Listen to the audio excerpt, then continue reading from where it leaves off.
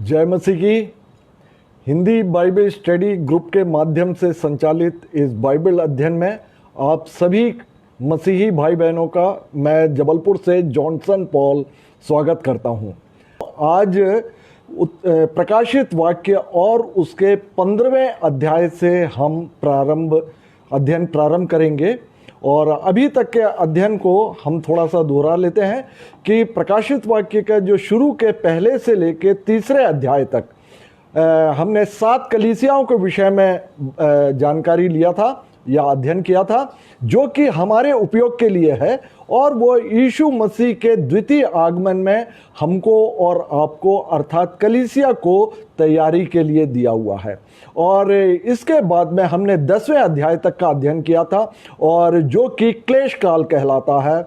और फिर 11वें अध्ययन में जो मध्य काल है, क्लेश काल और महाक्लेश काल, ये दोनों मिला के 3.5 सालों का ये क्लेश है। और इन दोनों क्लेश कालों के बीच में मध्य काल आता है, जो कि प्रकाशित वाक्य और 11वें अध्याय में हमने अध्ययन किया था, जहां पर कि परमेश्वर के द्वारा भेजे हुए 2 गवाह एलिया और मूसा आते हैं। और इस क्लेश काल के बाद भी जो प्रचार फिर भी किया जाता है ताकि परमेश्वर के खते में बहुतायत से लोग इकट्ठे हो सकें और उस शैतान के चंगुल से या नरक जाने से बहुतायत से लोग बच सकें। इसलिए मध्य काल में भी मूसा और एलिया द्वारा भी प्रचार किया जाता है। और इसके बाद हमने देखा था कि एक स्त्री जो कि अजगर के सामने गर्भवती अवस्था में रहती है, उस स्त्री को हमने डिकोड किया था कि वह स्त्री जो है वो यहूदी है।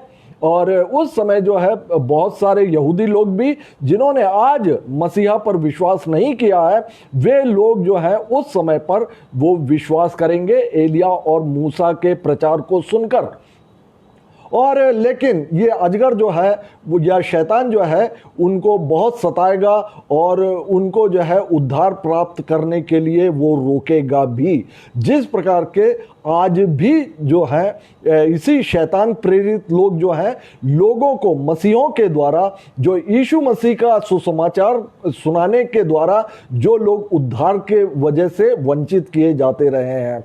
इसके बाद हमने देखा था कि यीशु मसीह के द्वारा अंतिम कटनी की जाती है। कटनी मतलब अपनी फसलों को वो काट लेते हैं, अर्थात उस समय जो उद्धार प्राप्त जो जन है वे जो है अंतिम रूप से यीशु मसीह के खते में यीशु मसीह इकट्ठा करते हैं। और एक स्वर्गदूत आता है और वह अंगूर जो कि दुष्टों को प्रतीक करता है उसको वो काट लेता है और दुष्टों का वहाँ पे नाश किया जाता हुआ भी हमने अध्ययन किया था। तो हम प्रारंभ करते हैं आज का अध्ययन, जो कि प्रकाशित वाक्य 15 अध्याय से हम प्रारंभ करते हैं। यहाँ पर यूहन्ना जो है एक देखते हैं कि एक 7 स्वर्गदूत हैं और वे हाथों में कटोरा लिए हुए वो दिखते हैं। और उस आगे हम 15 अध्याय के दूसरे वचन से हम देखेंगे कि जहां पर लिखा हुआ है, मैंने आग से मिले हुए कांच का सा एक समुद्र देखा और जो उस पशु पर और उसकी मूरत पर और उसके नाम के अंक पर जयवंत हुए थे, उन्हें उस कांच के समुद्र के निकट परमेश्वर की वीणाओं को लिए हुए देखा। और वे परमेश्वर के दास मूसा का गीत और मेमने का गीत गाकर कहते थे कि हे सर्वशक्तिमान प्रभु परमेश्वर, तेरे कार्य बड़े और अद्भुत हैं। हे युग युग के राजा, तेरी चाल ठीक और सच्ची है। अब यहाँ पर हम देखते हैं कि जो शुरुआत में ही आप अपने बाइबल में भी देख सकते हैं कि शुरुआत में दिया हुआ है कि यूहन्ना देखता है कि आग सा मिला हुआ एक कांच का समुद्र। आप ध्यान कीजिए, कांच के समुद्र का वर्णन पहले भी हम कर चुके हैं और यह पाया जाता है जो प्रकाशित वाक्य उसका 4 अध्याय और 6वें वचन में, जहां पर परमेश्वर का सिंहासन है और 24 धर्मवृद्ध है, वहां पर परमेश्वर के सिंहासन के सामने बिल्लोर का सा एक कांच का समुद्र है। समुद्र को हमने देखा था, बिल्लोर का सा कांच का समुद्र मतलब अति शुद्ध कांच का समुद्र है। और यहां पर भी हम देखते हैं कि आग से मिले हुए कांच का सा एक समुद्र देखा। और ये जो समुद्र है या कांच का सा समुद्र है जो कि परमेश्वर के सिंहासन के सामने है, ये जो है उद्धार प्राप्त व्यक्तियों का, अर्थात शुद्ध व्यक्तियों का, अर्थात पवित्र व्यक्तियों का बहुत बड़ा जन समुदाय है, जो कि कांच का जो समुद्र कहलाता। मैंने आपको बतलाया था पानी और समुद्र, इसकी जो बहुतायत है ये पूरे जन समुदाय को या मानव समुदाय को दर्शाता है।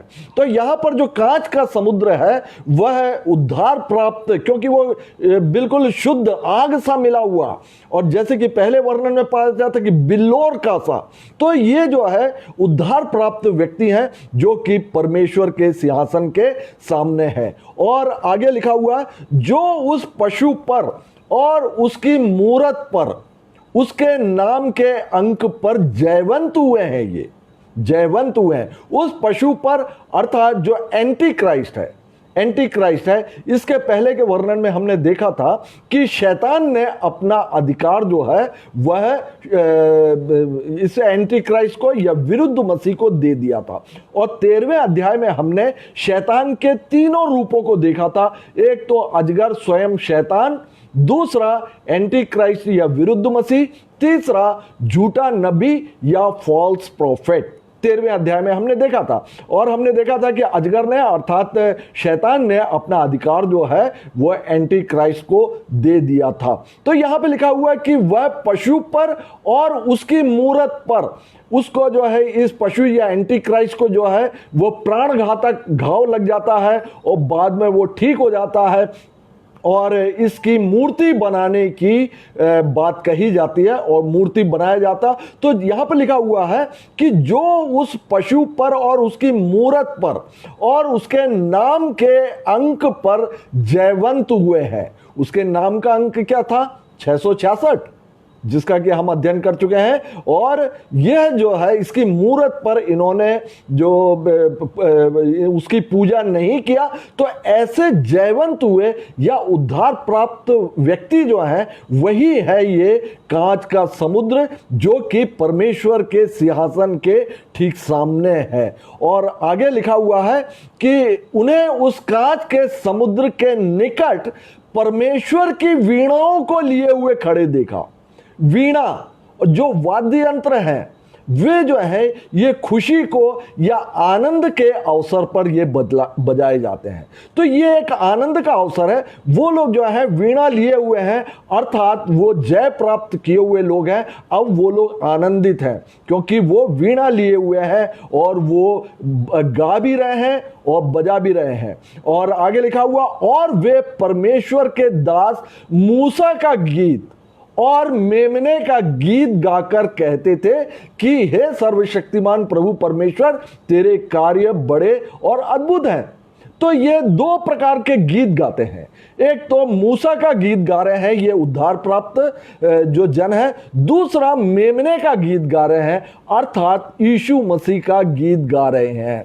ये जो मूसा का गीत और मेमने के गीत को हम स्क्रीन में आपके देखेंगे कि जो मूसा का गीत जो है उस समय मूसा ने गाया था जब वे लाल समुद्र पार कर लिए थे और फिरौन की सारी सेनाएं जो है, अर्थात उनके शत्रु जो है पूरे समुद्र में मर मिटे थे।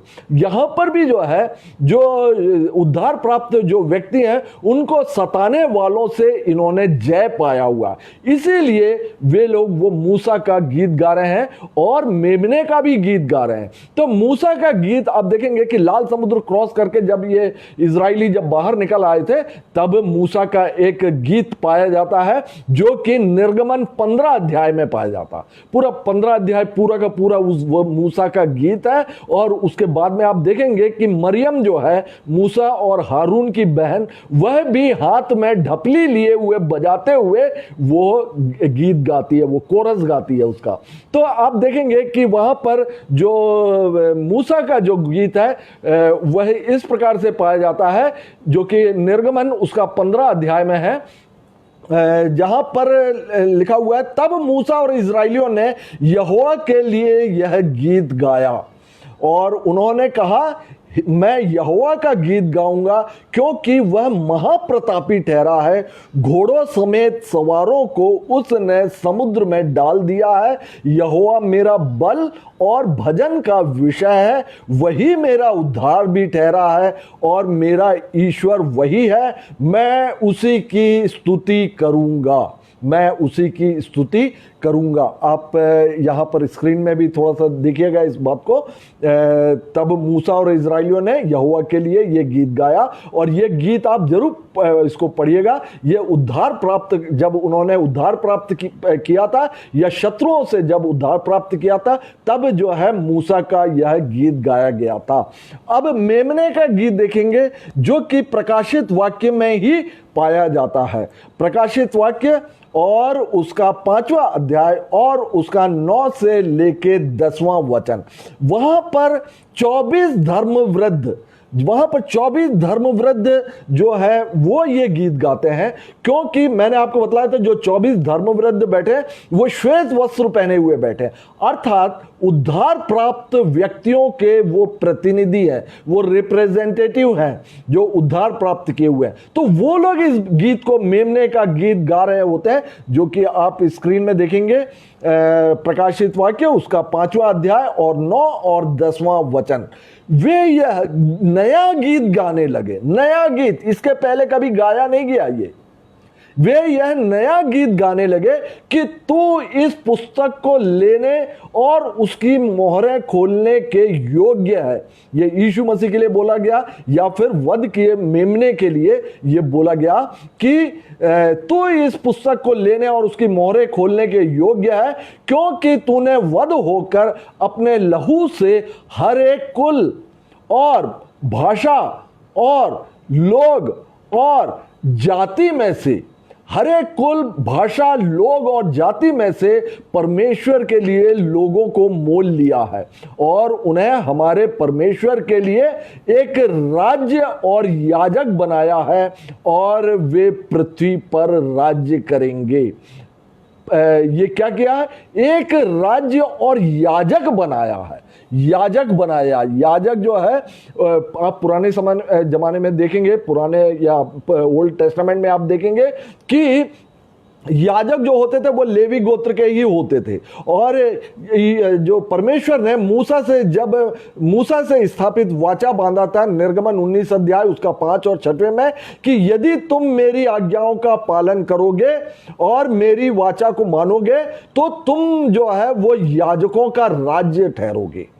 समस्त जाति जो है, पूरी इजरायली जाति जो है वो याजक ठहरेगी, और परमेश्वर अपने लिए याजकों को ही चाहता है। और इसीलिए पतरस में भी हमारे आपके लिए दिया हुआ कि हम अब जो है वो याजकों का समाज है हम आप, और चुने हुए राजवंश है हम, राजाओं के वंश के हैं। यीशु मसीह जो है राजाओं के राजा है, तो हम जो है उन्हीं के वंशज हैं, हम यीशु मसीह के ही वंश ठहरते हैं और याजकों का समाज भी हम ठहरते हैं। तो ये वे लोग हैं। तो इस प्रकार आपने देखा कि 2 गीत जो यहां पर पाया जाता है, उसको आपने देख लिया। अब हम देखते हैं कि जो परमेश्वर के क्रोध के 7 कटोरों का उंडेला जाना, जो कि 16वें अध्याय में पाया जाता है। और आप देखेंगे कि पहला जो कटोरा है वह 16 अध्याय उसका पहला और दूसरा वचन, वहां पे लिखा हुआ है, फिर मैंने मंदिर में किसी को ऊंचे शब्द से उन 7 स्वर्गदूतों से यह कहते सुना किसी को सुना है? उन सातों स्वर्गदूत जो है वह परमेश्वर के क्रोध के कटोरों को हाथ में लिए हुए तैयार खड़े हैं कि पृथ्वी पर उंडेले जाए। तो ये जो चल रहा है ये महाक्लेश काल का समय भी चल रहा है, और स्वर्गदूतों से यह कहते सुना कि जाओ परमेश्वर के प्रकोप के सातों कटोरों को पृथ्वी पर उंडेल दो।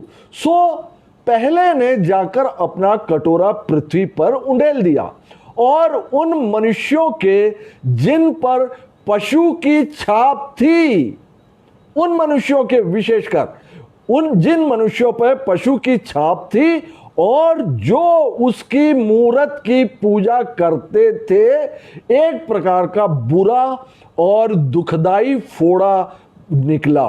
तो ये जो पशु जो था, ये आपने देखा कि ये एंटी क्राइस्ट था या विरुद्ध मसीह था। मैंने आपको बतलाया था कि दो बार पशु का वर्णन पाया जाता है, और दोनों जो है वो एंटी क्राइस्ट और झूठा भविष्यद्वक्ता है। इसको हमको सिम्टम के आधार पर हम इसको पहचान लेते हैं कि यहां पर पशु का वर्णन किसके लिए आया है। क्या ये झूठा जो भविष्यद्वक्ता है या फिर ये विरुद्ध मसीह है। तो यहां पर देखा कि ये जो पशु की या जिसने की मूरत अपनी बनाने के लिए कह दिया था, उनके जो है जिन्होंने पूजा की थी उनको ही और जिन्होंने पशु की छाप ली थी, ली थी, परमेश्वर भी अपनी सील लगाए हुए थे और वहां पे शैतान भी जो है अपनी सील लगा रहे थे, और हमने इस बात को देखा भी, और उनको जो है दुखदाई फोड़ा निकला। और आप देख सकते हैं जब मूसा के 10 विपत्तियों में आप देखेंगे कि वहां पर भी कुटकी और दुखदाई फोड़े वहां पर भी निकलते हैं। तो आप जो मैंने बताया था कि जो पुराना नियम जो है वह दृष्टांत के रूप में है नए नियम के विश्वासियों के लिए। नए नियम विश्वासियों के लिए, पुराना नियम दृष्टांत है। तो पुराने नियम में जो जो बातें बतलाई गई है वो नए नियम में जो है वो हकीकत में पूरी होती हैं। और वहां पर मूसा के द्वारा जो 10 प्लेग भी जो बतलाया, और फेरो जो था वो एक प्रकार का शैतान का रूप था, और वहां के जो मिस्र जो था वो भी जो है सारे शैतानी लोग थे, और जो इजरायली वहां पर परमेश्वर की चुनी हुई प्रजा थी। तो वहां पर परमेश्वर, वहां पे लिखा हुआ भी है कि परमेश्वर ने जो है वहां पे मिस्रियों के देवताओं को दंड दिया था। वहां 7 जो 10 प्लेग बतलाकर या 10 विपत्तियों के द्वारा मिस्रियों के जो देवता थे उनको दंड दिया हुआ था। तो इस प्रकार के वहां पे दंड में भी हम देखते हैं कि जो अन्य जाति या मिस्री थे उनके भी जो है दुखदाई फोड़े इसी प्रकार से निकलते हैं। और आगे हम स्क्रीन में देखते हैं जो कि आपका पाया जाता है कि दूसरा कटोरा जो कि 16 अध्याय और 3 वचन में पाया जाता है। और दूसरे ने अपना कटोरा समुद्र पर उंडेल दिया और वह मरे हुओं का सा लहू बन गया, और समुद्र में का हर एक जीवधारी मर गया। आप देखते हैं कि यही घटना जो है वो मिस्र में भी घटी थी, और ये 10 विपत्ति या 10 प्लेग्स जो है उसमें भी पाया जाता है, जो कि आप देख सकते हैं निर्गमन 7 अध्याय और उसका 14 से लेके 24वें वचन में। और इसी प्रकार की घटना जो है यह महाक्लेश काल में भी घटेगी, जब दूसरा स्वर्गदूत जो है अपना कटोरा जो है समुद्र पर उंडेल देगा। तब जो है समुद्र की सारे प्राणी, सारे मछलियां जो है वो मर जाएगी। मैंने आपको बतलाया था कि विश्व की एक बहुत बड़ी जनसंख्या ऐसी है जो कि समुद्र पर ही निर्भर होती है, समुद्री मछलियों पर ही उनका व्यवसाय भी चलता है, उनका भोजन भी जो है वह भी जो है समुद्र। और उस समय आप देख सकते हैं कि क्या स्थिति होगी। और आगे हम देखते हैं कि जो कि प्रकाशित वाक्य और उसका 16 अध्याय और उसका 4 से लेके 6वां वचन। और तीसरे ने अपना कटोरा नदियों और पानी के सोतों पर उड़ेल दिया और वे लहू बन गए। पानी के सोतों पर और जो नदी पर जो है वो उड़ेल दिया और वे सब भी लहू बन गए। और मैंने पानी के स्वर्गदूत को यह कहते सुना कि हे पवित्र जो है और जो था, तू न्यायी है, तूने यह न्याय किया है, क्योंकि उन्होंने पवित्र लोगों और भविष्यद्वक्ताओं का लहू बहाया था और तूने उन्हें लहू पिलाया, क्योंकि वे इसी योग्य हैं। आप देख सकते हैं कि यही घटना जो है वह मिस्र में वो 10 विपत्तियों के समय भी जो वहाँ पे नील नदी जो है वो और साथ में जो वहाँ के जितने भी पानी के सोते थे वे सब जो है लहू बन गए थे। अब सोचे कि उन्होंने क्या पिया होगा, उन्होंने क्या पिया होगा। वही जो है यहां पर भी समुद्र को तो लहू बना दिया पहले ही, और समुद्र का पानी कोई पीता नहीं है, वहां के जो है जीवधारियों को खाया जाता है, तो वह भी जो है वो पूरी तरह से दूषित हो जाता। अब जो मनुष्य जो शुद्ध पानी पीता है, या नदी या झरने इस प्रकार से या कुएं इस प्रकार के जो मीठा पानी के स्रोत हैं, उन पर भी ये कटोरा उंडेल दिया जाता है, जिससे कि वो पूरा का पूरा लहू बन जाता। और ये लहू का यहां पर लिखा हुआ है कि उन्होंने पवित्र लोगों और भविष्यद्वक्ताओं का लहू बहाया था, इसीलिए उनको भी लहू ही पीना पड़ेगा। और उस समय जो है मीठा पानी नहीं रहेगा, सारा पानी जो है। और मिस्र में भी आप देखेंगे कि घर में हो सकता है कि जो घड़े में पानी भरा हुआ है या फ्रिज में रखा हुआ, वो सब भी लहू बन जाएंगे, और तब उनको क्या करना पड़ेगा, लहू पीना ही पड़ेगा। और आप देख सकते हैं यहां लिखा हुआ है कि भविष्यद्वक्ताओं का लहू बहाया था और तूने उन्हें लहू पिलाया, क्योंकि भविष्यद्वक्ताओं का लहू पिलाया था। आप देख सकते हैं यीशु मसीह भी जो है एक भविष्यद्वक्ता थे, उनका भी जो है लहू बहाया गया।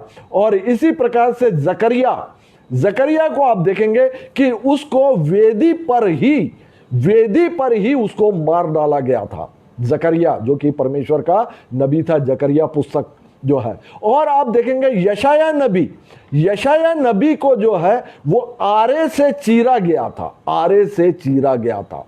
और आप देखेंगे इन यीशु मसीह के जो 12 प्रेरित हैं, उनका भी जो है आप बहुत से लोगों को आप देखेंगे कि अलग अलग प्रकार से उनका जो है वध किया गया। किसी को जो है गदे से मारकर, किसी को जो है मंदिर के कंगूरे के ऊपर से जो है नीचे धक्का दे दिया, किसी को जो है तलवार से मार दिया, और किसी को जो है तीर से मारे गए। और आप पतरस के विषय में भी जानते हैं, पतरस को जो है क्रूस पर उल्टा लटका कर उसको मारा गया था। और आप यूहन्ना के भी विषय में देखते हैं, उसको जो है वो उबलते हुए तेल में जो है उसको डुबाया गया था। तो यहां पर यही बात यहां पर बोला गया कि उन्होंने भविष्यद्वक्ताओं का लहू बहाया था, और तूने उन्हें लहू पिलाया, क्योंकि वे इसी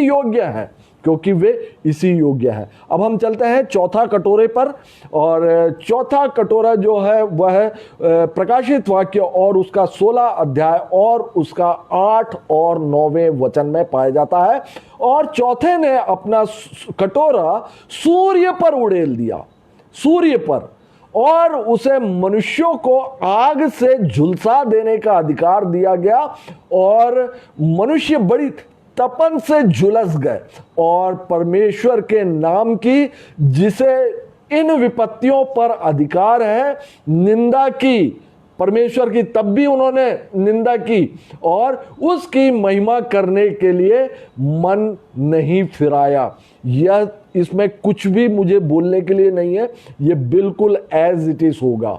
और साइंटिस्ट लोग भी बताते हैं एक समय जो है सूरज जो है पृथ्वी के करीब आ जाएगा, और उस समय जो है झुलसा देने वाली गर्मी जो है वह हो जाएगी। तो यहां पर परमेश्वर के प्रकोप के रूप में ही वह सूरज के जो झुलसा देने वाली जो तपन होगी, वो उन महाक्लेश काल के लोगों पर, जिन्होंने पशु की छाप ली है और जिन्होंने जो है पशु की मूर्ति उस समय भी पूजते रहेंगे, उन पर ये प्रकोप है। अब हम चलते हैं पांचवें कटोरों पर, और पांचवें कटोरे का वर्णन पाया जाता है प्रकाशित वाक्य और उसका 16वां अध्याय और 10 और 11वें वचन में। जहां पे लिखा हुआ है, पांचवें ने अपना कटोरा उस पशु के सिंहासन पर उड़ेल दिया। पशु कौन? वही एंटी क्राइस्ट, एंटी क्राइस्ट जो विरुद्ध मसीह है, उसके सिंहासन पर उड़ेल दिया और उसके राज्य पर अंधेरा छा गया और लोग पीड़ा के मारे अपनी अपनी जीभ चबाने लगे और अपनी पीड़ाओं और फोड़ों के कारण स्वर्ग के परमेश्वर की निंदा की और अपने अपने कामों से उन्होंने मन नहीं फिराया। यहां पर जो पशु मैंने बतलाया, ये विरुद्ध मसीह या एंटी क्राइस्ट के बारे में बोला गया है। और इस स्वर्गदूत ने क्या किया कि इस एंटी क्राइस्ट के सिंहासन पर उड़ेल दिया। सिंहासन जो है वह अधिकार को बतलाता है और पूरे शासन को बतलाता है। तो वहां पर जो इसका जो साम्राज्य चल रहा था विरुद्ध मसीह का, वह साम्राज्य पर अंधेरा छा गया, अर्थात जो उसका साम्राज्य जो है करीब करीब खत्म होने के कगार पर पहुंच गया।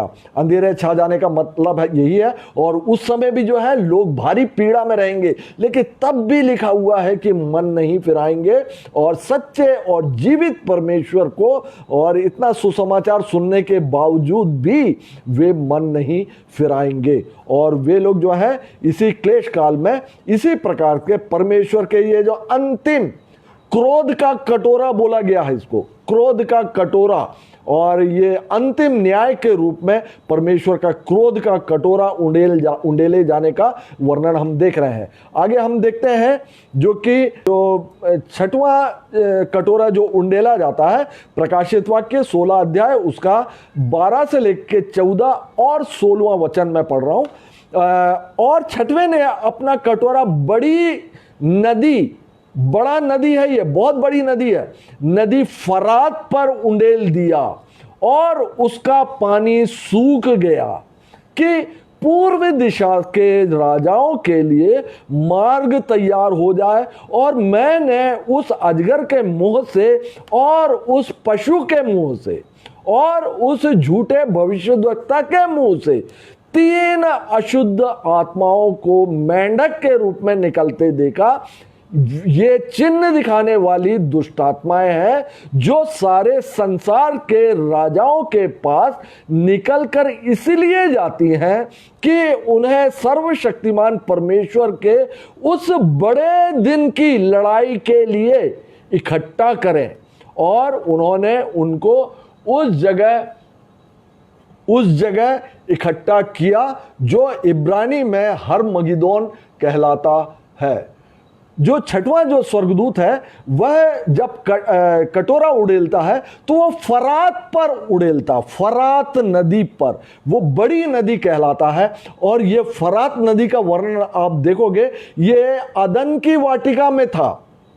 गीहोन, पीशोन, फरात और हिदकेल 4 नदियां बहती थी अपने अदन की वाटिका में। और अदन की वाटिका में कौन था? आदम हव्वा के साथ में शैतान था वहां पर। और फरात नदी के किनारे जो था, और फरात नदी जो है वो अदन की वाटिका में से मैंने 4 नदी का नाम बतलाया, उसमें एक नदी है फरात। और उसके बाद आप वहां पर देखिएगा शैतान वहां पर भी था और फरात नदी के किनारे। और आप देखेंगे जब निम्रोद, जब नूह के जो 3 पुत्र होते हैं, शेम, हाम और येपेत, जो हाम के जो पुत्र जो वंशज है निम्रोद, जिनसे कि पृथ्वी में मूर्ति पूजा आई। और इसी निम्रोद ने, मैंने आपको बताया था कि बेबीलोन नगर भी बसाया था। और यह जो है बेबीलोन नगर फरात नदी के किनारे था, जो कि पूरे विश्व में मूर्ति पूजा जो है वहीं से चालू हुआ और फरात नदी के से ही, जो कि शैतान प्रेरित था। और इसी वजह से आप देख सकते हैं कि फरात नदी पर, जो कि बड़ी महानद कहलाती है, उस पर जो है वो अपना कटोरा उड़ेल देता है। तब क्या होता है कि वहां का पानी जो है वो सूख जाता है। पानी जो है पूरी बड़ी नदी का पानी सूख जाता है। और ये क्यों सुखाया जाता है, यह क्यों ये सूखता है कि पूर्व दिशाओं के राजाओं के लिए मार्ग तैयार हो जाए। क्योंकि उस समय मैंने आपको बतलाया कि कई राजा का जमाना तो गया, लेकिन ये जो राजा या सिंह या सिंहासन ये सब जो है सिंबॉलिकली बतलाया गया या प्रतीकात्मक बतलाया गया। उस समय के जो शासक होंगे हो सकता है कि बड़े राष्ट्राध्यक्ष होंगे या फिर प्रधानमंत्री होंगे या फिर कोई यूएनओ और तो इस टाइप के जो ऑर्गेनाइजेशंस हैं उनके प्रधान लोग होंगे जिनका कि पूरी दुनिया पर या अपने ही मुल्क पर जिनका अधिकार होगा। ऐसे लोग जो है उनके लिए यहाँ पर राजा लिखा हुआ है कि राजाओं के लिए मार्ग तैयार हो जाए। और मैंने उस अजगर के मुंह से और उस पशु के मुंह से और उस झूठे नबी के मुंह से 3 अशुद्ध आत्माओं को मेंढक के रूप में निकलते देखा। और ये जो है चिन्ह दिखाने वाली दुष्टात्मा है। मेंढक जो है एक घृणित उसको माना जाता है, घृणित जानवर माना जाता है। और उसके रूप में ये सब सिंबॉलिक है, मैंने बताया प्रतीकात्मक है। और उनके द्वारा ये चिन्ह दिखाने वाली दुष्टात्माएं हैं। ये मेंढक एक्चुअली मेंढक नहीं है, वहां पे ये दुष्टात्माएं ही हैं। और वे जो लिखा हुआ है कि जो सारे संसार के राजाओं के पास निकलकर इसीलिए जाती हैं कि उन्हें सर्वशक्तिमान परमेश्वर के उस बड़े दिन की लड़ाई के लिए इकट्ठे करें। और उन्होंने आगे आप देख सकते हैं स्क्रीन में भी लास्ट में, और उन्होंने उनको उस जगह इकट्ठा किया जो इब्रानी में हरमगिदोन कहलाता है। तो आप देखेंगे कि परमेश्वर के विरुद्ध में वे है ना जो तीनों देखना है एक साथ मिलकर काम कर रही हैं। पहले जो है अजगर ने जो है पशु को अधिकार दे दिया, अर्थात विरुद्ध मसीह को अधिकार दे दिया। यहां पर क्योंकि उनका अंतिम समय आ गया है, इसीलिए वो तीनों मिलकर पूरा जोर लगा रही है। और उन्होंने क्या किया, पृथ्वी के जितने शासक हैं उन पर जो दुष्टात्माओं को भेजकर उनके मनों को जो है फिरा देते हैं ये दुष्टात्माएं। और वे जो है परमेश्वर के विरुद्ध में लड़ाई के लिए हरमगिदोन में जो कि होने जा रहा है युद्ध, उसके लिए वो इकट्ठा करते हैं। हरमगिदोन, हर का अर्थ होता है पहाड़ या पर्वत। मगिदोन का मतलब होता है मगिदो एक शहर है और वहां के पहाड़ अर्थात वहां की घाटियों में ये युद्ध वहां पर लड़ा जाएगा। और आगे हम देखते हैं जो कि 7वें जो कटोरा जब उड़ेला जाएगा तब का वर्णन लिखा हुआ है, 16 अध्याय उसका 17 से लेके 21वां वचन। और 7वें ने अपना कटोरा हवा पर उड़ेल दिया और मंदिर के सिंहासन से यह बड़ा शब्द हुआ कि हो चुका। मंदिर के सिंहासन, कहां से सिंहासन, मंदिर में सिंहासन परमेश्वर का है और वहां से यह शब्द हुआ कि हो चुका। अब जो है सब कुछ हो चुका है। और यही इसी प्रकार का शब्द देखना आप यीशु मसीह ने भी क्रूस पर कहा था कि पूरा हुआ, है ना। तो यहां पर भी बोला जा रहा है कि अब जो है हो चुका। फिर बिजलियां और शब्द और गर्जन हुए और एक ऐसा बड़ा भूडोल हुआ कि जब से मनुष्य की उत्पत्ति पृथ्वी पर हुई तब से ऐसा बड़ा भूडोल कभी ना हुआ था। और उस बड़े नगर के 3 टुकड़े हो गए। बड़ा नगर यहां पर बेबीलोन नगर को यहां पर दिखलाता है। बड़े नगर के 3 टुकड़े हो गए और जाति जाति के नगर गिर पड़े और बड़ा बाबुल का स्मरण परमेश्वर के यहां हुआ। अब जो है बेबीलोन की बारी है जहां पर निम्रोद जो कि शैतान प्रेरित था उसने मूर्ति पूजा चलाया था। बड़ा बाबुल का स्मरण परमेश्वर के यहां हुआ कि वह अपने क्रोध की जलजलाहट की मदिरा उसे पिलाए। और हर एक टापू अपनी अपनी जगह से टल गया और पहाड़ों का पता ना लगा और आकाश से मनुष्यों पर मन भर के बड़े ओले गिरे और इसीलिए कि वह विपत्ति बहुत ही भारी थी, लोगों ने ओलों की विपत्ति के कारण परमेश्वर की निंदा की।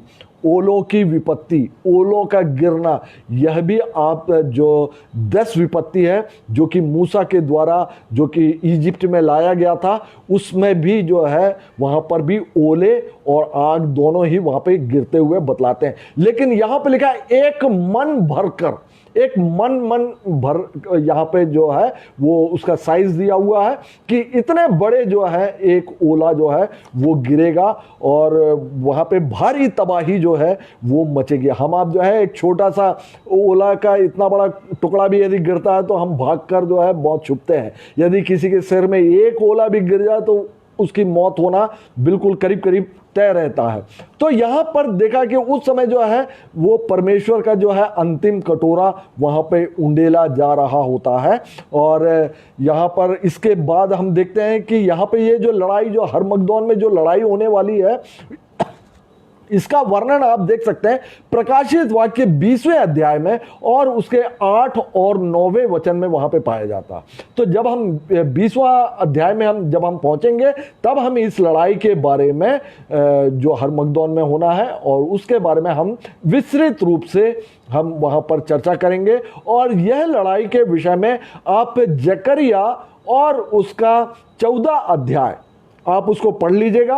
आपको जो है इस लड़ाई के विषय में काफ़ी कुछ जो है जकरिया नबी को भी जो भविष्यवाणी के द्वारा उन्होंने वहाँ पर कर दिया था। अब हम आते हैं 17वें अध्याय में।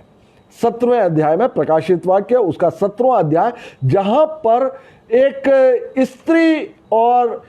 स्त्री है जो कि पशु पर सवार है, जो कि पशु पर सवार है, उसे एक वेश्या बोला गया है और उसका यहाँ पर दंड दिखलाया गया है। पूरे 17 अध्याय में है और यहाँ पर आप देखेंगे 17:1 से लेके ही मैं पढ़ रहा हूँ, आपके स्क्रीन में भी है। 17 अध्याय और उसका 1 से लेके 3रा वचन। जिन 7 स्वर्गदूतों के पास वे 7 कटोरे थे, उनमें से एक आकर मुझसे यह कहा कि इधर आ, मैं तुझे उस बड़ी वेश्या का दंड दिखाऊं जो बहुत से सागरों में, या फिर पानी भी लिखा हुआ है बाइबल में, पानियों लिखा हुआ है, कई में सागरों में लिखा हुआ। मैंने बताया कि चाहे वो पानी हो चाहे वो सागर हो, वो जन समुदाय को ही दिखलाता है। तो यहां पर लिखा हुआ, मैं तुझे उस बड़ी वेश्या का दंड दिखाऊं जो बहुत से सागरों पर बैठी है और जिसके साथ पृथ्वी के राजाओं ने व्याभिचार किया और पृथ्वी के रहने वाले उसके व्याभिचार की मदिरा से मतवाले हो गए थे। और तब वह मुझे आत्मा में जंगल में ले गया और मैंने किरमिजी रंग के पशु पर जो निंदा के नामों से छिपा हुआ था और जिसके 7 सिर और 10 सींग थे, एक स्त्री को बैठे हुए देखा। तो अब हम इनमें से कई, इसमें थोड़े से कठिन शब्द हैं, हम इसको कोशिश करते हैं डिकोड करने का। कि मैंने आपको पहले बतलाया कि सागर और पानी बहुतायत के जन समुदाय को दिखलाता है और वैश्या यहां लिखा हुआ, वैश्या और व्याभिचार, यह जो है यह मूर्ति पूजा को दिखलाता है। मूर्ति पूजा को ही वैश्या और व्याभिचार जो है बाइबल में वर्णित किया गया है। तो यहां पे लिखा हुआ है कि मैं उस वैश्या का तुझे दंड दिखाऊं, अर्थात उस बड़ी मूर्ति पूजक जो लोग हैं उनका वो दंड दिखाना चाह रहे हैं स्वर्गदूत, जो कि यूहन्ना को, जो कि एक बड़े जन समुदाय है, इसका बहुत सागरों पर ये वेश्या बैठी हुई है। और जैसा कि आप इसके बारे में आप इसके इसी के अंत में प्रकाशित वाक्य और उसके 17वें अध्याय का, जिसका कि अभी हम अध्ययन कर रहे हैं और जो कि पहले से लेकर 3रा वचन है, आप 17वें अध्याय के 15वें वचन में आप देखेंगे कि वहां पर इसको क्लियर वहां पर कहा गया है कि जो पानी तूने देखे जिन पर वेश्या बैठी है वे लोग और भीड़ और जातियां और भाषाएं हैं। वो प्रकाशित वाक्य 17:5। और इस प्रकार से हम देखते हैं कि ये जो वैश्या या ये जो व्याभिचार वाली बात जो है, यह है मूर्ति पूजकों का जो एक बहुत बड़ा समाज है, बहुत जनसंख्या उसमें, उसको ये दर्शा रहा है। और पृथ्वी के राजाओं ने व्याभिचार किया, जो बड़े बड़े शासक हैं वे सब भी जो है मूर्ति पूजा में लिप्त पाए गए। इसका अर्थ यह, और पृथ्वी के रहने वाले उसके व्याभिचार की मदिरा से मतवाले हो गए। मतलब भारी मूर्ति पूजा, पूरी तरह आस्था विश्वास और पूरी तरह पूजा पाठ वगैरह जो है वह इस मूर्तियों पर केंद्रित हो जाना। उस समय आप देखेंगे पशु की मूर्ति होगी, और पशु जो है उसका प्राण घातक घाव अच्छा हो गया था, वो मरने पर था लेकिन वो फिर जिंदा हो गया। लोग इसके अलावा जो फॉल्स प्रॉफिट है वो अलग अलग चिन्ह दिखा रहा है वहां पर कि देखो, और वही बोल रहा है कि मूर्ति की पूजा करो, क्योंकि वो भारी चिन्ह दिखा रहा, आकाश से आग को बरसा दे रहा। तो लोग नेचुरली विश्वास करेंगे ही। परमेश्वर को तो किसी ने देखा नहीं, वो तो एलिया और मूसा आके प्रचार करके जा रहे हैं। इसी प्रकार जैसे कि हम आप प्रचार करते हैं और लोग विश्वास नहीं करते, तो उस समय भी इसी प्रकार का रहेगा। और जो आगे लिखा हुआ, तब वह मुझे आत्मा में जंगल में ले गया और मैंने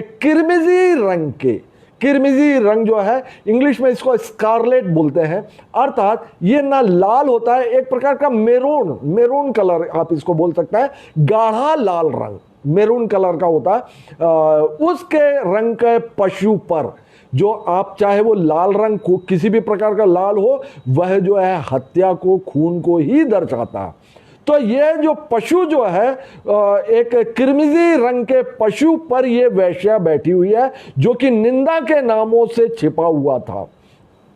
तो ये स्त्री भी जो है, हमने देखा कि ये जो स्त्री है, जैसे कि पहले हमने स्त्री को यहूदी के रूप में हमने डिकोड किया था, जो कि बच्चा जनने पर थी, वो पूरे यहूदी या इजरायली मंडली को वो दिखलाता। तो इसी प्रकार के यहां पर ये जो स्त्री या जो वैश्या है, यह पूरे मूर्ति पूजकों का समूह को यहां पर दिखलाया जा रहा है, और जिसके 7 सिर और 10 सींग थे। उस पशु के जो कि पशु पर जो निंदा के नामों से छिपा हुआ था, और उसके जो है 7 सिर और 10 सींग थे। तो सिर मैंने बतलाया था आपको, ये प्रधानों को बतलाता है, और सींग जो है वो शासकों को बतलाता है, शासकों को बतलाता है। उन पर जो है, उस पर जो है एक स्त्री को बैठे हुए देखा। तो ये जो जन समुदाय जो था, ये इतने उस समय के जो 10 बड़े बड़े शासक होंगे, वो पूरे पर इनका ही, मूर्ति पूजकों का ही हक होगा, और उन्हीं के चलाए हुए वे चलेंगे। और आगे जो प्रकाशित वाक्य 17 अध्याय और उसके 4 वचन में हम देखते हैं कि जहां पर लिखा हुआ है, यह स्त्री बैंजनी और किरमिजी कपड़े पहने हुए थी, और सोने और बहुमूल्य मणियों और मोतियों से सजी हुई थी। कौन? ये स्त्री या ये वैश्या। और उसके हाथ में एक सोने का कटोरा था, जो घृणित वस्तुओं से और उसके व्याभिचार की अशुद्ध वस्तुओं से भरा हुआ था। और आप देखते हैं, ये जो स्त्री है या ये जो वैश्या है, ये बैंजनी रंग के कपड़े पहनी थी। पहला बैंजनी रंग, जो कि इंग्लिश में पर्पल कलर कहलाता है। बैंजनी रंग कौन पहनता है? यीशु मसीह को बैंजनी वस्त्र पहनाया गया था, और उसको बोला था कि तू अपने आप के यहूदियों का राजा बोलता है ना। तो इस प्रकार, तो उस जमाने में, और जब ये बाइबल भी लिखी जा रही थी, तब जो है यूहन्ना जब लिखे जा रहे थे, तब जो है राजाओं का ही शासन था, और राजा लोग ही एकमात्र बैंजनी वस्त्र पहना करते थे। और राजाओं के अलावा जो बहुत अमीर हुआ करते थे, वो लोग ही बैंजनी वस्त्र पहना करते थे। तो यहां पर ये जो स्त्री है, वो बैंजनी वस्त्र के कपड़े पहने हुई है, और किरमिजी रंग का, जो कि स्कारलेट कलर है, जो कि मैंने बताया कि हत्या, खून और इन सब चीजों से, और अर्थात ये जो राजा या उस समय के शासक होंगे, ये उस समय के शासक के विषय में यहां पर बतलाया गया कि वह इस प्रकार से कपड़े पहने और सोने और बहुमूल्य मणियों और मोतियों से सजे, मतलब बहुत अमीर लोग हैं ये जो मूर्ति पूजक जो लोग हैं और जिन पर जो उस समय के जो शासकों का कमांड रहेगा, अधिकार रहेगा, वे जो है बहुत अमीर लोग होंगे, जो जिसके लिए लिखा हुआ है कि वो मोतियों और बहुमूल्य मणियों से वो पहने हुई होगी और उसके हाथ में एक सोने का कटोरा होगा। सोना वही अमीर है, लेकिन उनके उस कटोरे में क्या है?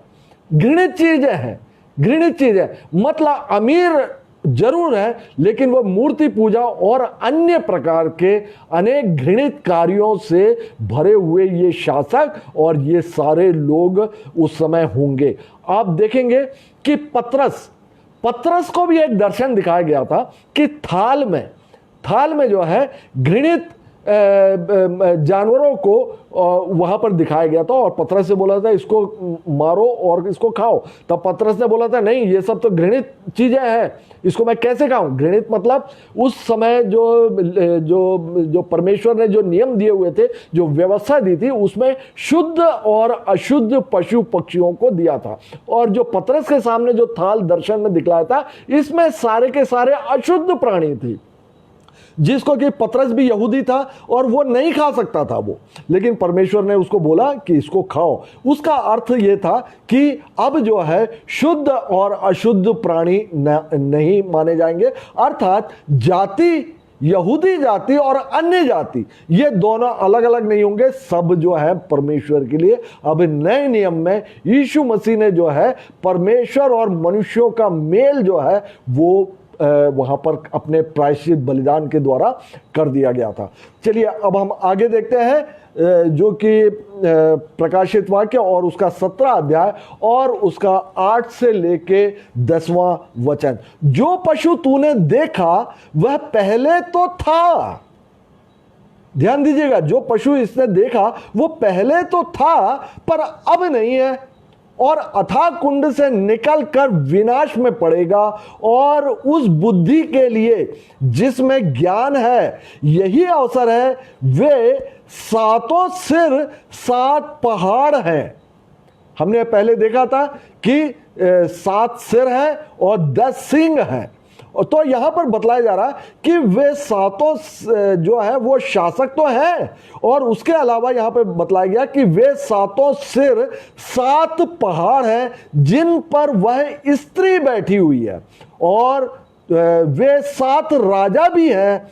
500 हो चुके और एक अभी है और एक अब तक आया नहीं, और जब वो आएगा तो कुछ समय तक उसका रहना भी अवश्य है। और जो पशु पहले था और अब नहीं, वह आप 8वां है और उन 7 में से उत्पन्न हुआ और विनाश में पड़ेगा। इसमें हम 2 भागों में यहां पर हम अध्ययन करेंगे कि वे 7 सिर और 7 पहाड़। दूसरी बात, वे 7 राजा, 5 हो चुके और एक अभी है, ये दूसरा भाग होगा। तो हम देखते हैं कि 7 पहाड़ जिस पर स्त्री बैठी हुई है, और अनेक जो कमेंट्रीज में भी लिखा हुआ है, और जो इंटरप्रिटेटर्स हैं वो इसका इस प्रकार से इंटरप्रिटेशन करते हैं कि 7 पहाड़ से घिरा हुआ जो संसार में एक नगर पाया जाता, जो कि रोम नगर है। जो रोम नगर है वो 7 पहाड़ों से घिरा हुआ है, और वे 7 पहाड़ हैं। आपके स्क्रीन में मैं आपको बतला देता हूं कि वे 7 पहाड़ जिससे कि रोम घिरा हुआ है, वे हैं पैलेटीन, क्वेरिनाल और अवेंटीन, चेचेलियर, विमिनाल और एस्किवलिन और कैपिटोलिन। ये 7 पहाड़ हैं जिनसे कि रोम नगर जो कि घिरा हुआ है।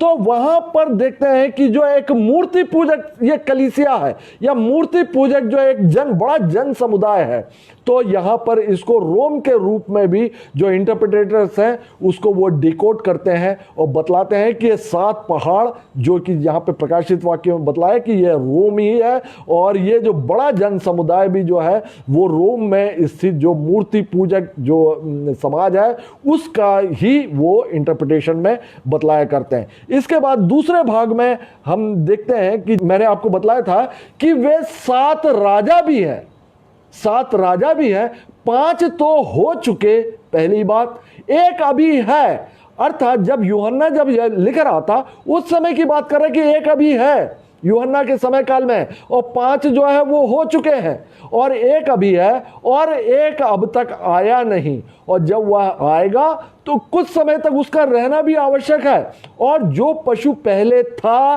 और अब नहीं, वह 8वां है, वह 8वां है, और जो कि महाक्लेश काल में 8वां जो है वो आएगा और उन 7 में से उत्पन्न हुआ और वो विनाश में पड़ेगा भी। तो हम देखते हैं कि ये राजा जो है वे 7 राजा भी हैं। वे कौन कौन से राजा हैं आप देखेंगे कि जो यूहन्ना के समय पे उसने लिखा कि एक अभी है, और इसके पहले भी हो चुके हैं। आप देखेंगे इसके पहले जो है वह सिकंदर महान हुआ करता था, जो कि पूरे रोम का सम्राट हुआ करता था, या पूरा रोमी राज्य, बहुत बड़ा साम्राज्य था इनका, और विश्व में बहुत बड़ा साम्राज्य था। और इसके जो है वो सम्राट हुआ करते थे। जब सिकंदर महान या अलेक्जेंडर द ग्रेट जब वो मर गए, तब उनके 4 सेनापतियों ने उनके पूरे राज्य को, उनके पूरे साम्राज्य को जो है वो बांट लिया था। 4 जो उनके सेनापति जो थे, उसमें से एक सेनापति है कैसेंडर नाम से है, और दूसरा जो है टोलमी नाम से है, और तीसरा जो है एंटीगोनस नाम से है, और चौथा जो है सेल्यूकस नाम से है, और एक और जो है वो सिकंदर महान स्वयं है। तो यहां पर जो बोला जा रहा है कि 500 हो चुके और एक अभी है।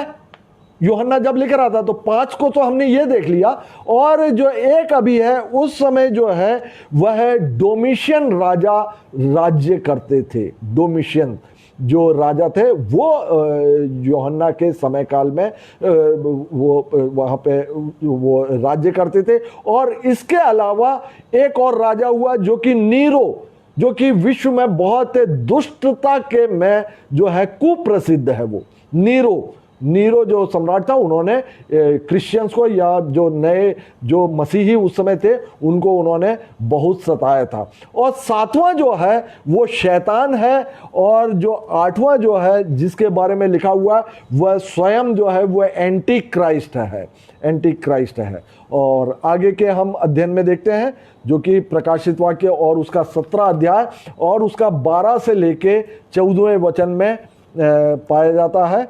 आपके स्क्रीन में है 17, 12 से 14। और जो 10 सींग तूने देखे वे 10 राजा हैं जिन्होंने अब तक राज्य नहीं पाया है।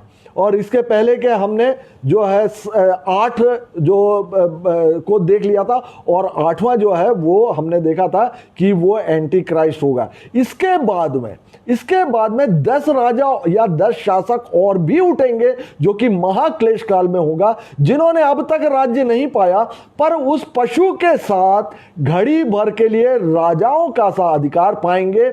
और ये सब एक मन होंगे और वे अपनी अपनी सामर्थ अधिकार उस पशु को देंगे। वे राजा लोग अर्थात उस समय के जो शासक लोग हैं, और देंगे। ये मेमने से लड़ेंगे और मेमना उन पर जय पाएगा, क्योंकि वह प्रभुओं का प्रभु और राजाओं का राजा है। जो बुलाए हुए और चुने हुए और विश्वासी उसके साथ हैं, वे भी जय पाएंगे। अर्थात जो अंतिम युद्ध के समय के लिए ये बात हो रही है, और हरिमगिदोन में जो होने वाला है उसके लिए पहले से बतला दिया कि ये जितने 10 राजा या 10 शासक, पूरे विश्व के जो प्रमुख 10 लोग होंगे, वो शैतान को या फिर ये विरुद्ध मसीह जो है उसके द्वारा शासित होंगे। और इसके पहले हमने देखा था फरात नदी सूख गई, और ये सारे जो शासक लोग हैं अपनी अपनी सेनाओं के साथ में वे लोग हरमगिदोन में इकट्ठा होकर परमेश्वर की सेनाओं से युद्ध करेंगे। और परमेश्वर की सेनाओं में कौन कौन है यहाँ पर आप एक बार और स्क्रीन में देखिएगा। और राजाओं का राजा है जो बुलाए हुए हैं और चुने हुए और विश्वासी उसके साथ है, मेमने के साथ है, वे भी जय पाएंगे। अर्थात हम आप लोग भी जो है यीशु मसीह के साथ में युद्ध में चलना है अपने को। और युद्ध में चलने के लिए आप जो है हथियार की प्रैक्टिस अभी से कर लीजिए, क्योंकि उस समय युद्ध में चलना पड़ेगा। और ये जो हथियार है आपको इफिसियो और उसका 6वां अध्याय और उसका 14 से लेके 18वें वचन में आपको ये हथियार मिल जाएंगे, जो कि आत्मा की तलवार वचन है, जो उद्धार का टोप, और सत्य से अपनी कमर कस लो, सुसमाचार के जूते पहन लो, और इसी प्रकार का ढाल, कवच, और ये सब जो है आप इसको जरूर से पढ़िएगा। इफिसियो उसका 6वां अध्याय और उसका 14 से लेके 18वां वचन। आज भी हमको शैतान से बचाव के लिए यही हथियार दिए गए हैं, और उस समय भी हम आप जो है इन हथियारों से लैस रहेंगे, और यीशु मसीह के साथ हम भी जो है वो विजय को प्राप्त करेंगे। आगे हम देखते हैं प्रकाशित वाक्य और उसका 17 अध्याय और उसका 16वां वचन। 17 अध्याय और उसका 16वां वचन, जहां पे लिखा हुआ, और जो 10 सींग तूने देखे वे और पशु उस वेश्या से बैर रखेंगे। मतलब पूरे राजा और जो पशु है उस वेश्या से बैर रखेंगे। मैंने बताया कि जो 7 पहाड़ों पर जो घिरा हुआ है, और जो एक वेश्या या स्त्री जो है बड़ा ही विश्व में, जो कि हीरे मोती और मणियों से, अर्थात बहुत अमीर है, ये बहुत अमीर है, उनसे जो लेस जो जन समुदाय होगा, और उसके लिए लिखा हुआ है कि ये उसे लाचार और नंगी कर देंगे और उसका मांस खा जाएंगे और उसे आग में जला देंगे, आग में जला भी देंगे। तो अंत में ये जो मूर्ति पूजक जो बहुत बड़ा जन समुदाय है, इसका विनाश आप देख रहेंगे कि ये शैतान के द्वारा ही होगा। और ये जो है ये बहुत बड़ा जन समुदाय जो है ये महाक्लेश काल में प्रवेश करेंगे, क्योंकि एक साथ में परमेश्वर और मूर्तियों के दोनों के सहभागी आप नहीं हो सकते, क्योंकि मूर्ति पूजा जो है दुष्टात्मा को ही दर्शाती है, और इसीलिए जो है मूर्ति के आगे बलि की हुई वस्तुओं को खाने के लिए मना किया जाता है। तो आगे हम देखते हैं कि ये जो है लिखा हुआ है कि उसको आग में जला देंगे। आग में, ये वेश्या को आग में ही क्यों जलाएंगे? क्योंकि परमेश्वर का नियम भी पाया जाता है, जो कि लय व्यवस्था और उसका 21 अध्याय और उसके 9वें वचन में, जहां पर याजकों की बेटी के लिए लिखा हुआ है कि याजक की बेटी यदि वैश्या का कार्य करे, क्योंकि ये जो कलीसिया होगी ये जो है ये परमेश्वर का भी आराधना कर रही होंगी और मूर्तियों को भी आराधना कर रही होंगी, लेकिन है ये परमेश्वर के जन ही ना, जो कि शैतान उनको छीने हुए लिए जा रहा है। इसलिए बोला कि याजक की बेटी यदि वैश्या का कार्य करे तो आग में जलाई जाए। वहां पे नियम दिया, लय व्यवस्था 21 अध्याय और उसका 9वां वचन। और इसके बाद आप उत्पत्ति और उसके 38 अध्याय और उसके 24वें वचन में भी देखेंगे कि जो यहूदा जो पुत्र था, इजराइलियों के जो 12 गोत्र जो थे, उसमें जो यहूदा जो पुत्र था, जो कि चौथे नंबर का था, रूबेन, शिमोन, लेवी और यहूदा। तो यहूदा जो था वो अपने जो बहू तामार से वो धोखे में आकर सहवास कर लेता, और उसके द्वारा जो कि विधवा होती है, विधवा रहती है तामार, और ये जो रहता ससुर रहता, उनके द्वारा जो व्याभिचार हुआ रहता है, उससे जो है तामार जो गर्भवती हो जाती है, और वह उसको यहूदा को खबर मिलती है कि तेरी बहू जो है वो प्रेग्नेंट है, जबकि उसका बेटा अर्थात उस स्त्री का, तामार का पति जो है वो मर चुका रहता है।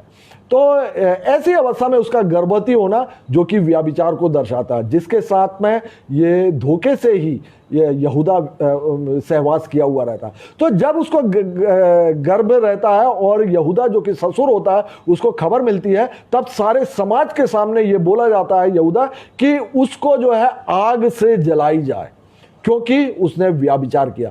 तो व्यभिचार की जो सजा है वह उस समय पर आग से जलाया जाना होता था, और परमेश्वर के नियम में भी ये पाया जाता था। और इसी वजह से ये परमेश्वर के जो जन समुदाय हैं जो कि मूर्ति पूजा में भी संलग्न है, ये इसी को वैश्या बोला गया है, जो कि दो पतियों से या अनेक पतियों से जो कि सहवास करती हैं, इसीलिए उसको वैश्या बोला गया, जो कि मूर्ति पूजक भी है और परमेश्वर की सेवा भी कर रहे हैं। तो इस प्रकार से ये उचित नहीं है और इसीलिए उसको वैश्या बोला गया, और जिसका कि दंड जो है यहाँ पर आग में जलाया जाना दिया गया है। तो इस प्रकार से आज का अध्ययन मैं यहाँ समाप्त करता हूँ। आज हमने अपने 15, 16 और 17वें अध्याय का जो कि प्रकाशित वाक्य में है अध्ययन किया।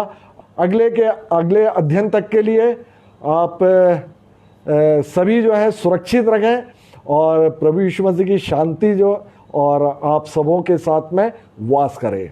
जय मसीह की।